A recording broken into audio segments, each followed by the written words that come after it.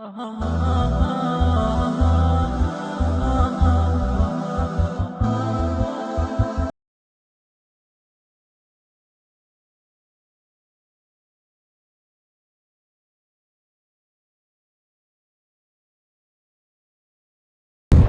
علیکم ورحمۃ اللہ وبرکاتہ. الحمد للہ رب العالمین والصلاة والسلام علی رسولہ الامین وعلی آلہ واصحابہ ومن تبعہم بإحسان الی یوم الدین. برادران اسلام، یہ اس دورے کی تیسری اور آخری نشست ہے جس میں ہم دورہ کا جو اصل موضوع ہے حدیث کی تشریعی اور آئینی حیثیت، اس پر ہم انشاءاللہ اپنی بات کو مکمل کریں گے. ان دو نشستوں میں جن امور پر گفتگو ہوئی ہے اس سے آپ کو بخوبی یہ اندازہ لگ گیا ہوگا کہ حدیث سفینہ نوح ہے، نوح علیہ السلام کی کشتی ہے. جو اس میں سوار ہوا وہ نجات پایا، اور جو اس میں سوار نہیں ہوا اس کے لیے ہلاکت، تباہی اور بربادی ہے. پیارے نبی صلی اللہ علیہ وسلم نے فرمایا، کل امتی یدخلون الجنۃ الا من ابا، میری ساری کی ساری امت جنت میں داخل ہو گئی سوائے ان کے جنہوں نے انکار کیا. قیل ومن یابا یا رسول اللہ، کہا گیا اللہ کے رسول وہ کون ہے جو انکار کرتا ہے؟ آپ صلی اللہ علیہ وسلم نے فرمایا، من اطاعنی دخل الجنہ ومن عصانی فقد ابا، جس نے میری اطاعت کی جنت میں داخل ہو گیا، اور جس نے میری نافرمانی کی بلا شبہ اس نے انکار کیا. اور یہی وہ حدیث ہے جو وہ مضبوط قلعہ ہے جو اس کے اندر داخل ہو گیا فتنوں سے اور گمراہیوں سے محفوظ ہو گیا. جیسا کہ وہ حدیث آپ نے سنی، پیارے نبی صلی اللہ علیہ وسلم نے فرمایا کہ میں تم میں دو چیزیں چھوڑ کے جا رہا ہوں، جس نے انہیں مضبوطی سے تھام لیا، جب تک تم ان دونوں کو مضبوطی سے تھامے رہو گے ہرگز گمراہ نہیں ہوگے. ایک اللہ کی کتاب ہے اور دوسری چیز میری سنت یعنی میری حدیث ہے. بلکہ یہ وہ زیادہ حق ہے جو اس راستے پہ چلا وہ ہدایت یافتہ ہوا، اور جو اس راستے سے ہٹا وہ گمراہ ہو گیا. رب العالمین نے فرمایا، وَإِن تُطِيعُوهُ تَهْتَدُوا، اگر تم نے اس نبی کی اطاعت کی تو تم ہدایت یافتہ ہو گئے. برادران اسلام، ان ساری تصریحات کے باوجود آج ہم دیکھتے ہیں شروع زمانے سے اور آج بھی حدیث پر مختلف جہتوں سے حملہ کیا جا رہا ہے. کبھی یہ کہہ کر رد کیا جاتا ہے کہ احادیث کی کتابت اور حفظ کا دور تو بہت بعد میں شروع ہوا. بخاری اور مسلم، صحیح بخاری اور صحیح مسلم اور دیگر کتابیں تیسری صدی میں وجود میں آئی ہیں، تو ان دو صدیوں میں جب تدوین نہیں ہوئی تو پھر کیسے ان پر اعتبار کیا سکتا ہے. کبھی یہ کہہ کر رد کیا جاتا ہے کہ یہ چیزیں عقل کے معیار پر نہیں ہیں، اور کبھی ان احادیث کو یہ کہہ کر رد کیا جاتا ہے کہ ان احادیث کی ضرورت نہیں ہے، وہ ایک وقت کے لیے تھی، اب وہ وقت ختم ہو گیا ہے. تو اس طریقے سے مختلف نہائیوں سے احادیث پر حملہ کیا جاتا ہے، تاکہ کیونکہ جب تک احادیث کا سلسلہ جاری رہے گا، پڑھنے کا اور پڑھانے کا، تعلم کا اور تعلیم کا، اور احادیث کی نشر و اشاعت کا کام رہے گا، اور امت کو اس کے رسول کی باتوں سے جوڑ دیا جائے گا، تو اس امت میں گمراہی اور بدعتیں داخل نہیں ہو سکتی ہیں. امیر المومنین عمر بن خطاب رضی اللہ تعالی عنہ نے کہا، یاتونکم بشبہات القرآن، یہ لوگ تمہارے پاس قرآن کے شبہات کو لے کر آئیں گے. یعنی کہیں گے قرآن میں تو ہے نماز پڑھو، یہ تو نہیں ہے 5 وقت نماز پڑھو، قرآن میں تو رکوع سجدے اس کیفیت سے نہیں ہے، تو وہ اس طریقے سے وہ تمہارے پاس قرآن کے شبہات کو لے کر آئیں گے، فرموہم بالسنن، تم ان پر سنتوں کی تیر چلاؤ۔ اس کا مطلب یہ ہے کہ جب تک احادیث کا سلسلہ جاری رہے گا تو بدعتیں پلٹ نہیں سکتی۔ دوسری صدی میں سب سے پہلے انکار حدیث کا سلسلہ خوارج نے شروع کیا۔ خوارج نے کہا قرآن کافی ہے، احادیث کی ضرورت نہیں، کیوں کہ احادیث کو سنتے تھے صحابہ کی زبانی اور صحابہ ہی کو کافر کہتے تھے۔ اب وہیں سے پھر اس کے بعد ایک گروہ پیدا ہوا معتزلہ کا۔ خوارج کو خوارج اس لیے کہا جاتا ہے کہ وہ عامت المسلمین کے راستے سے باہر نکل گئے تھے، اور معتزلہ کو معتزلہ اس لیے کہا جاتا ہے، اس کا جو بانی ہے واصل ابن عطا حسن بصری کے مجلس میں تھا، کسی بات میں اختلاف ہو گیا، اس کا کہنا یہ تھا جو بھی کبیرہ گناہ کا ارتکاب کرے جہنم میں جائے۔ حسن بصری نے اس پر ٹوک دیا تو اس مجلس سے الگ بیٹھ گیا۔ حسن بصری نے کہا یہ اعتزل عنا، وہ ہم سے الگ ہو گیا، تو وہیں سے اس گروہ کا نام معتزلہ ہو گیا۔ تو یہ دوسری صدی ہجری سے یہ فتنہ انکار حدیث کا طوفان اٹھا، مگر محدثین کرام نے اس کے خلاف ایسے وجود لکھے اتک گیا۔ پھر 13ویں صدی میں یہ فتنہ ہندوستان میں اٹھا اور یہاں بھی مختلف انداز سے احادیث کو رد کیا گیا، بلکہ ایک جماعت بن گئی اہل قرآن کے نام سے۔ آگے انشاءاللہ جب دورہ ہوگا فتنہ انکار حدیث اس میں باتیں ذکر کی جائیں گی۔ مگر اس وقت جو علماء سلف علماء حدیث تھے انہوں نے ان کا بڑھ کر مقابلہ کیا، یہ فتنہ بھی دب گیا۔ اب یہ فتنہ کسی اور روپ سے سر اٹھا رہا ہے، کبھی کسی اور گروہ کے نام سے، کسی اور گروہ کے نام سے، بالکل احادیث کا رد کرنے کے بجائے تو جزیات کی بنیاد پر احادیث کو رد کرنے کی کوشش کی جاتی ہے۔ اب میں آپ حضرات کے سامنے چند سوالات رکھنا چاہتا ہوں کہ جن کی بنیاد پر وہ احادیث کو رد کرتے ہیں۔ اب آپ بتائیے کہ ہم اس کا کیا جواب دے سکتے ہیں۔ اس بات پر تو ہم سب متفق ہو گئے کہ احادیث دین میں آئینی درجہ اور قانونی درجہ کے حامل ہے یا نہیں؟ سب کا اتفاق ہے۔ صبح سے آج تک ہم نے جو نصوص پڑھے اس سے یہ بات معلوم ہو گئی کہ احادیث بھی وحی ہے، جس طریقے سے قرآن مجید بھی وحی ہے۔ تو گویا احادیث کا استدلالی درجہ، تشریعی، آئینی اور قانونی درجہ مسلم ہے۔ اب آپ یہ بتائیے، کچھ لوگوں کا کہنا یہ ہے اللہ عز و جل نے قرآن مجید کے بارے میں فرمایا تبیان لکل شیء، اس میں ہر چیز کی وضاحت ہے۔ اب وہ کہتے ہیں جب اس میں ہر چیز کی وضاحت ہے تو حدیث کی کیا ضرورت ہے؟ ایک سوال۔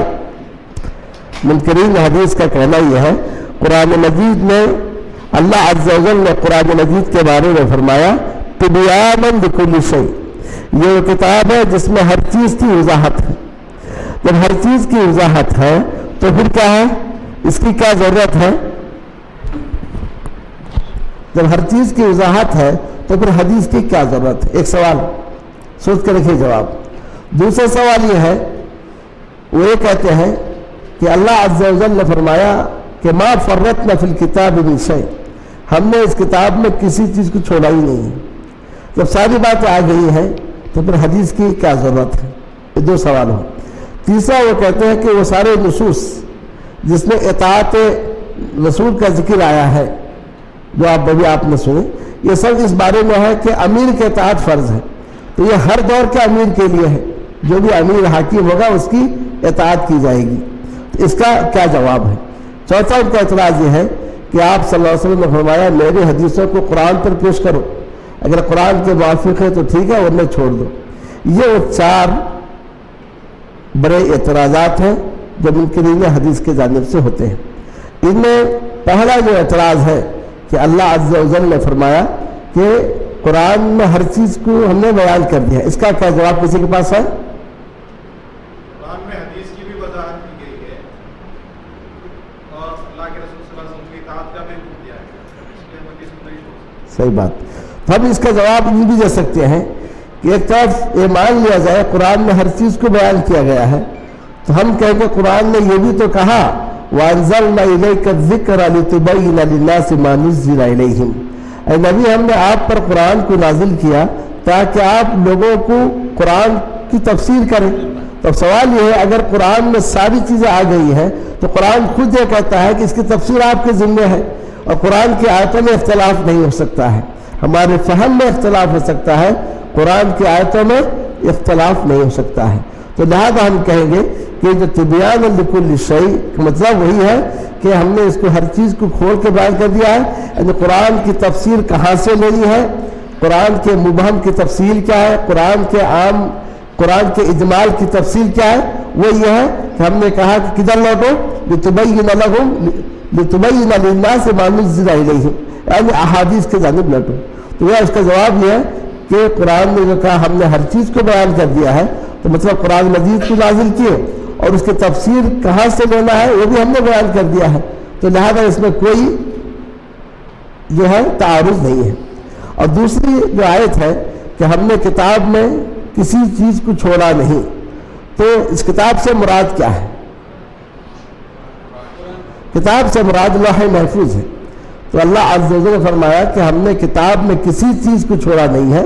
سیاق و سباق سے دیکھیں تو لوح محفوظ ہے، یعنی لوح محفوظ میں سارے کائنات میں کیا ہونے والے ساری باتیں لکھ دی گئی. ہم نے کسی چیز کو چھوڑا نہیں ہے. یہاں کتاب سے مراد لوح محفوظ ہے. اور اگر یہ مان بھی لیا جائے کہ اس سے مراد قرآن مجید ہے، تو قرآن میں یہ بھی کہا گیا ہے ما آتاکم الرسول فخذوہ وما نہاکم عنہ فانتہوا. تو اس کا مطلب یہ ہے حدیث پر عمل کرنا، یہ بھی کس میں لکھ دیا گیا ہے؟ قرآن میں لکھ دیا گیا ہے. تو لہذا اس سے معلوم ہوا بدرجہ اولا ہمیں احادیث کی جانب لوٹنا ہے اور اس سے جو ہے زندگی کے لیے رہنما اصول اخذ کرنا ہے. اب رہا یہ سوال کا جواب آپ کو دینا ہے. ان کا کہنا یہ ہے کہ جتنی آیتیں اور حدیثیں اللہ کے رسول صلی اللہ علیہ وسلم کے اطاعت کے تعلق سے ہیں وہ امیر کے اطاعت کے تعلق سے ہیں. تو لہٰذا اب جب آپ نہیں رہے تو آپ کی اطاعت نہیں ہے. اب جو امیر بنے گا ہم اس کی اطاعت کریں گے. اسی لیے وہ کہتے ہیں کہ نمازوں کی تفسیر، روزے کی تفسیر اس کی ضرورت نہیں ہے. جو امیر آئے گا وہ امیر ہی تشریح کرے گا اس کی نماز کیسے پڑھنی ہے، روزہ کیسے رکھنی ہے. اس کا کوئی جواب ہے آپ کے پاس؟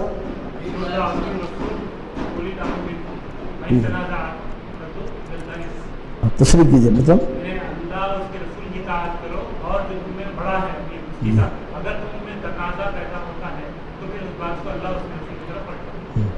اس کا جواب ہم یہ دیں گے کہ قرآن مجید میں جو رسول کے اطاعت کا حکم دیا گیا ہے وہ بحیثیت امیر نہیں ہے، وہ بحیثیت رسول ہے.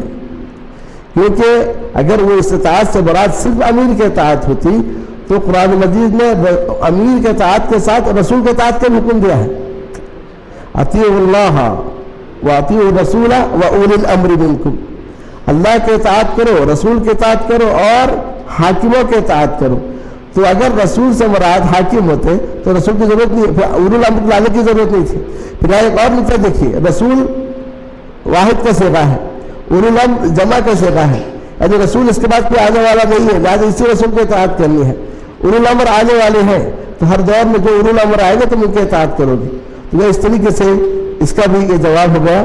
اور رہی یہ حدیث کہ میری حدیثوں کو قرآن پر پیش کرو، موافق ہے تو لے لو ورنہ چھوڑ دو، یہ موضوع اور من گھڑت حدیث ہے، اس کا کوئی ثبوت نہیں ہے. اور ایک بار ایسا ہی ہوا میرے ساتھ کہ منگلور گیا میں، منگلور میں ایک مسجد ہے مسجد ابراہیم خلیل، تو وہاں بھی اس فرقے سے ایک شخص آیا، اس نے کہا کہ حدیث کی وجہ سے ہی جھگڑے ہو رہے ہیں، لہذا نعوذ باللہ احادیث کو چھوڑ دیا جائے. میں نے کہا کیسے جھگڑے ہو رہے ہیں؟ تو کہہ رہا دیکھو ایک کا کہنا ہے کہ رکوع کے بعد ہاتھ چھوڑ دو کھڑے ہو، دوسرے کا رکوع کے بعد کیا ہے ہاتھ باندھ دو، بعض کا کہنا ہے کہ سینے پر باندھو، بعض کو ناف کے نیچے. احادیث کی وجہ سے جھگڑے ہو رہے ہیں، اس لیے جو ہے احادیث کو چھوڑ کر قرآن پہ اکتفا کر لیا جائے. واعتصموا بحبل اللہ جميعا ولا تفرقوا. اس سے اللہ کے رسے کو قرآن کو پکڑو، حدیث کو پکڑنے کے لیے نہیں کہا گیا. ہم نے اس کے جواب میں کہا کہ ٹھیک ہے پہلے آپ یہ فیصلہ کر لیجیے آپ حدیث کو مانتے ہیں یا نہیں مانتے. اگر آپ حدیث کو مان رہے ہیں تو آپ کا ایک جواب ہے، اگر آپ نہیں مان رہے ہیں تو دوسری بات ہے. اگر آپ کہہ رہے میں نہیں مانتا تو پھر آپ ہمارے مسجد میں آئے تھے. نماز جو ابھی آپ جمعہ کی پڑھی آپ نے کس طریقے سے پڑھی، طریقہ کس نے آپ کو بتایا؟ اس کا مطلب آپ حدیث کو مان رہے ہیں. جب آپ حدیث کو مان رہے ہیں تو پھر آپ اس قسم کی باتیں انسان کو کفر تک پہنچا دیتی ہیں. میں نے اس بات جواب ہے، دیکھیے احادیث میں تعارض نہیں ہے، تعارض ہمارے سمجھ اور فہم میں ہے. ممکن آپ کہیں کہ دونوں میں تعارض ہے، لیکن میں آپ کو سمجھا سکتا ہوں کہ دونوں میں کوئی تعارض نہیں ہے. اب مثلا ایک رکوع کے بعد ہاتھ باندھنے والی بات یہ ایسی چیز ہے کہ دونوں طریقے جائز ہیں. اب مسئلہ ختم ہو گیا اس کے اندر. تو ایسا نہیں کہ ایک چیز کرنے ایک چیز چھوڑنے سے نماز باطل تو نہیں ہوتی ہے. تو لہٰذا ایسی صورت میں جو دونوں چیزیں طرفین دونوں پہ جائز ہیں، مسئلہ ختم ہو گیا. تو میں نے کہا کہ یہ چیزیں جو ہمارے فہم کا قصور ہے، احادیث کا کوئی قصور نہیں ہے. تو الفاظ کہنے کا مقصد یہ ہے کہ اس قسم کے شبہات منکرین حدیث کے جانب سے آتے ہیں امت کو گمراہ کرنے کے لیے کہ اس طریقے سے لوگ احادیث کو چھوڑیں. جب حدیث کو چھوڑ دیے تو اس کا مطلب کیا؟ دین ختم. تو اس لیے ہمیں چاہیے کہ ان شبہات کے جال میں نہ پھنسے اور احادیث سے قریب ہوتے جائیں، خود پڑھیں، مسجدوں میں پڑھائیں، اس کو آگے تک ہم پہنچائیں. اور جب تک احادیث کا سلسلہ جاری رہے گا تو انشاءاللہ یہ امت گمراہی سے بچ جائے گی. اس سلسلے میں یہ جاننا ہے کہ قرآنی احکام کے مقابلے میں حدیثی احکام کی جو قسمیں ہیں کیا ہیں. اس کا مطلب یہ ہے، اب جیسا اعتراض ہوا کہ قرآن تو ہے، حدیث کی کیا ضرورت ہے. اگر آپ بنظر غائب دیکھیں گے قرآن کے مقابلے میں حدیث کی 3 صورتیں ہیں. ایک، بعض احادیث ایسی ہیں جن میں وہی حکم ہے جو قرآن میں ہے. قرآن میں ہے نماز پڑھو، حدیث میں ہے نماز پڑھو. قرآن میں ہے زنا کے قریب نہ جاؤ، حدیث میں ہے زنا حرام ہے. تو یہ وہ احادیث ہے جو قرآنی احکام میں تاکید پیدا کرتے ہیں، تو اس کے تائید کرتے ہیں. جیسے قرآن میں ہے کہ لا تاکلوا اموالکم بینکم بالباطل، تمہیں ایک دوسرے کے مال کو آپس میں باطل طریقے سے دکھاؤ. حدیث میں بھی ہے کہ کسی مسلمان کے لیے جائز نہیں اپنے بھائی کے مال کو ناحق ہے. تو وہ ایک دوسرے کی تاکید کرتے ہیں. قرآن میں وعاشروہن بالمعروف، عورتوں کے ساتھ حسن سلوک کرو، اور حدیث میں بھی آیا ہے کہ تم ان کے ساتھ حسن سلوک کرو. تو اس قسم کی حدیثیں قرآنی احکام میں کی تاکید اور تائید کرتی ہیں. اور دوسرے قسم کے احادیث وہ ہیں جو قرآن کی تفسیر بیان کرتے ہیں. تفسیر کا مطلب کیا ہے؟ قرآن میں عام ہے تو خاص، اس کو خاص کرتے ہیں. قرآن میں مجمل ہے تو اس کو بیان کرتے ہیں، مبہم کو واضح کرتے ہیں، مطلق کو مقید کرتے ہیں. اس کی مثال دیجیے. قرآن میں ہے چوری کرنے والا مرد، چوری کرنے والی عورت، ان کے ہاتھ کو کاٹو. اب ہاتھ کہاں سے کاٹا جائے؟ قرآن میں کہیں نہیں ہے. ہاتھ یہاں سے لے کر یہاں تک پورا ہاتھ ہوتا ہے. تو اس کا مطلب پورا ہاتھ کاٹا جائے یا کوہنی تک کاٹا جائے یا کلائی تک کاٹا جائے. تو حدیث میں اس کی تفسیر ہے کو یہاں تک کاٹا جائے. اس سے معلوم ہوا کہ حدیث کے بغیر قرآن کو سمجھنا مشکل ہے. اسی طریقے سے آپ دیکھیں قرآن میں ہے نماز پڑھو، نماز کے ارکان، نماز کے واجبات، نماز کی سنتیں، رکوع کیسے، سجدہ کیسے، سب قرآن میں نہیں ہے. تو کیا اس سے بات معلوم ہے کہ قرآن کیا دوسری قسم کا حدیث وہ ہے جو قرآن کی تفسیر بیان کرتی ہیں. اسی کے طور پر اشارہ کرتے ہوئے اللہ تعالیٰ نے فرمایا ثم ان علینا بیانہ، پھر بے شک ہم پر اس قرآن کو بیان کرنا ہے. یہ جو بیان اللہ عز و جل نے کیا وحی خفی کے ذریعے سے، اور نبی صلی اللہ علیہ وسلم نے اسے امت تک پہنچا دیا. تیسری قسم کی وہ حدیثیں ہیں کہ جن میں ایسے احکام ہیں جو قرآن میں نہیں ہیں. تو پہلی قسم کے حدیثیں قرآن میں ہیں، دوسری قسم کی حدیثیں قرآن کی آیتوں کی تفسیر کرتے ہیں، تیسری قسم کی ایسی حدیثیں ہیں جو قرآن میں نہیں ہیں. تو حدیث یہاں مستقل ہے اپنی شریعت میں. کیسے؟ قرآن میں ہے محرمات کا ذکر کرتے ہوئے مائیں حرام ہے، بہنیں حرام ہیں، یہ سب آخر میں وَأَن تَجْمَعُوا بَيْنَ الْأُخْتَيْنِ کہ ایک ساتھ دو بہنوں کو عقد نکاح میں نہیں رہ سکتے. لیکن پھوپھو اور بھتیجی کو، خالہ اور بھانجی کو ایک ساتھ نہیں رہ سکتی، یہ قرآن میں نہیں ہے. یہ چیز آپ کو کہاں سے ملے گی؟ حدیث سے ملے گی. اب آپ کو کہیں ہم حدیث کو نہیں مانتے ہیں تو اس کے نتیجے میں کیا ہے؟ پھوپھی اور بھانجی کو یا پھوپھو اور بھتیجی کو یا خالہ اور بھانجی کو ایک ساتھ اپنے عقد میں آپ رکھیں گے. تو وہ بہت سارے ایسی چیزیں ہیں، احکام ہیں جو قرآن میں نہیں ہے لیکن وہ احادیث میں ہے، اور ان کی بھی وہی حیثیت ہے جو قرآنی احکام کی حیثیت ہے. جیسا کہ آپ صلی اللہ علیہ وسلم نے فرمایا 2 مردار ہمارے لیے حلال ہیں اور 2 خون ہمارے لیے حلال. یہ قرآن میں نہیں ہے. تو 2 مردار مچھلی ہے، ٹڈی ہے، اور 2 خون الکبد والطحال. تو یہ چیزیں ہیں جو کس کے اندر ہے؟ حدیث کے اندر ہے، قرآن میں نہیں ہے. تو اس سے بات معلوم ہے کہ بہت ساری حدیثیں ایسی ہیں جو مستقل ہیں، تو لہذا ان کی بھی وہی تشریعی حیثیت ہے. جیسے گھریلو گدھا ہے، جیسا گدھا ہے، گدھا حرام ہے، یہ قرآن میں نہیں ہے، لیکن یہ چیز آپ کو کہاں سے ملے گی؟ حدیث شریف سے ملے گی. تو ایسے ہی بہت ساری چیزیں ہیں کہ جن کا ذکر کس میں ہے؟ حدیث میں ہے، اور ان کا ذکر قرآن میں نہیں ہے۔ تو یہیں سے یہ بات معلوم ہوئی کہ ہم حدیث کے بغیر دین پر چل نہیں سکتے۔ اسلام کو مکمل طور سے اپنانا ہے تو ضرورت ہے اس بات کی کہ ہم احادیث کو اپنی زندگی میں داخل کریں، تبھی چل کر ہم دین میں قائم رہ سکتے ہیں۔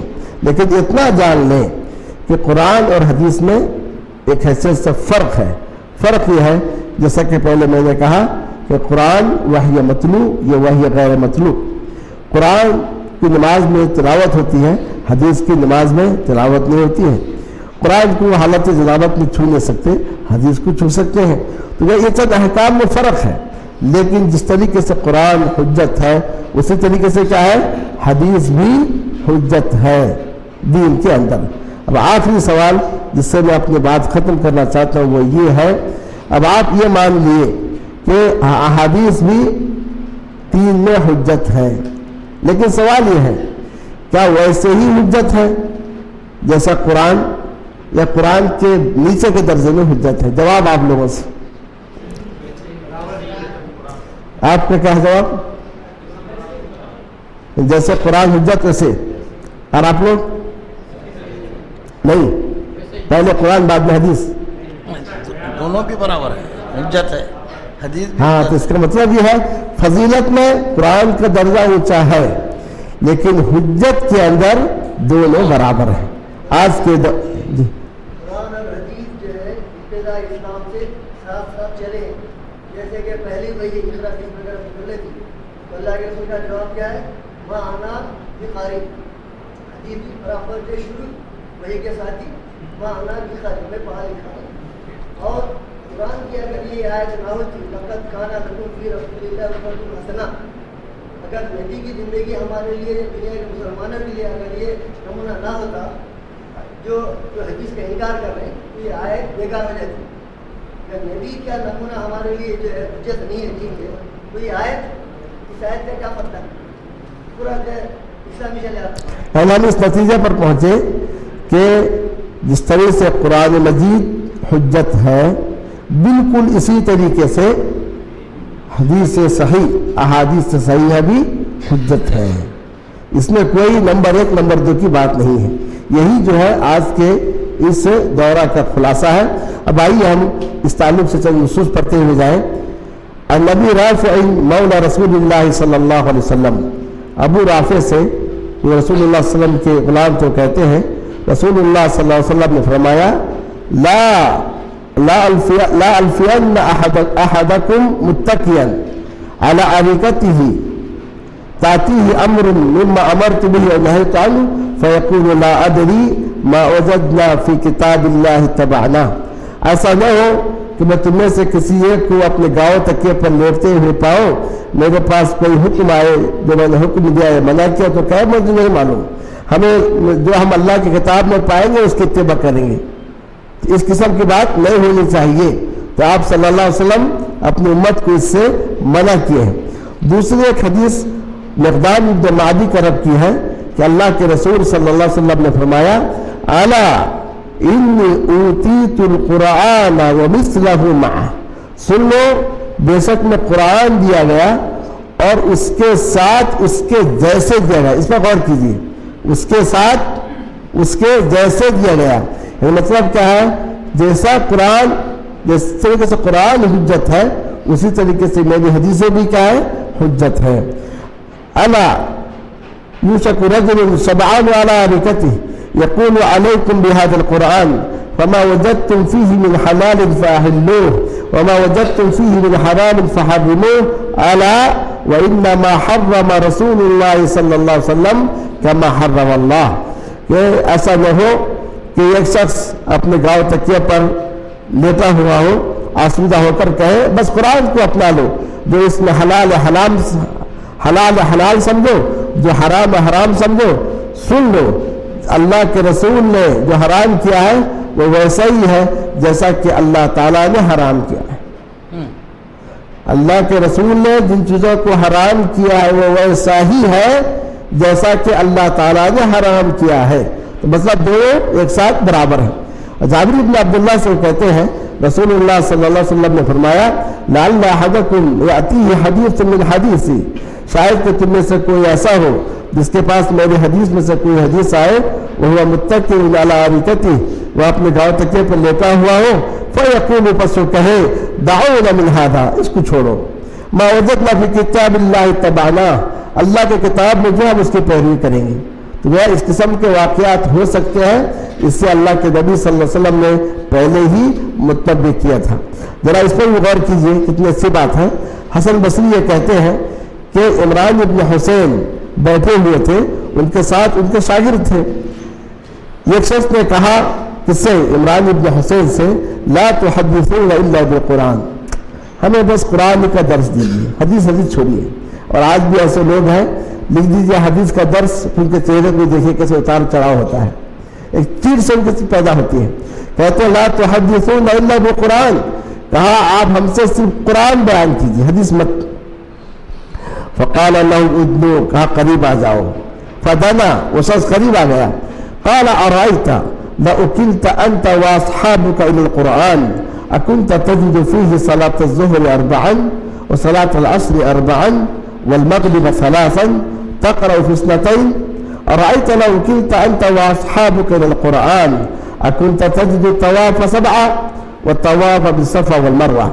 کہا قریب بلا قریب آ، کہا دیکھو تم خبر دو مجھے، اگر تم اور تمہارے ساتھیوں کو قرآن کا حوالے کیا جائے، کیا اس میں تم ظہر کی نماز 4 رکعت پاتے ہو؟ کیا عصر کی نماز 4 رکعت پاتے ہو؟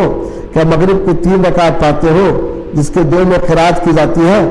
کیا تم اور تمہارے اصحاب کو قرآن کے حوالے کیا جائے، کیا اس میں ہے کہ بیت اللہ کے اطراف طواف، صفا مروہ کے اطراف طواف 7 مرتبہ کیا جائے گا؟ ثم قال اے قوم، کہا لوگوں سن لو، خذوا عنا، ہم سے لے لو، یعنی احادیث سے لیتے رہو، فَإِنَّكُمْ وَاللَّهِ إِلَّا تَفْعَلُوا لَتَضِلُّنَّ، قسم اللہ کی اگر تم نے احادیث سے منہ موڑ لیا، علم حدیث حاصل نہیں کیے، البتہ ضرور تم گمراہ ہو جاؤ گے۔ تو آج جو گمراہی کا بڑا سبب ہے وہ یہ ہے کہ لوگ بڑی بڑی کتابیں لکھتے ہیں، مجلسیں جماتے ہیں، لمبی لمبی تقریریں کرتے ہیں، لیکن دیکھیں نصوص سے، احادیث سے کس قدر دوری پائی جاتی ہے۔ ہم اپنا گھر ہو یا کہ بازار ہو، مسجد ہو، ہمیں ہر جگہ چاہیے دیکھا جائے کہ احادیث ہمیں ہماری کیا رہنمائی کرتی ہیں۔ حسان بن عطیہ یہ کہتے ہیں کہ کان جبرائیل ینزل علی النبی صلی اللہ علیہ وسلم بالسنہ، کہ جیسے قرآن لے کر نازل ہوتے تھے ویسے سنت کے ساتھ بھی نازل ہوتے تھے۔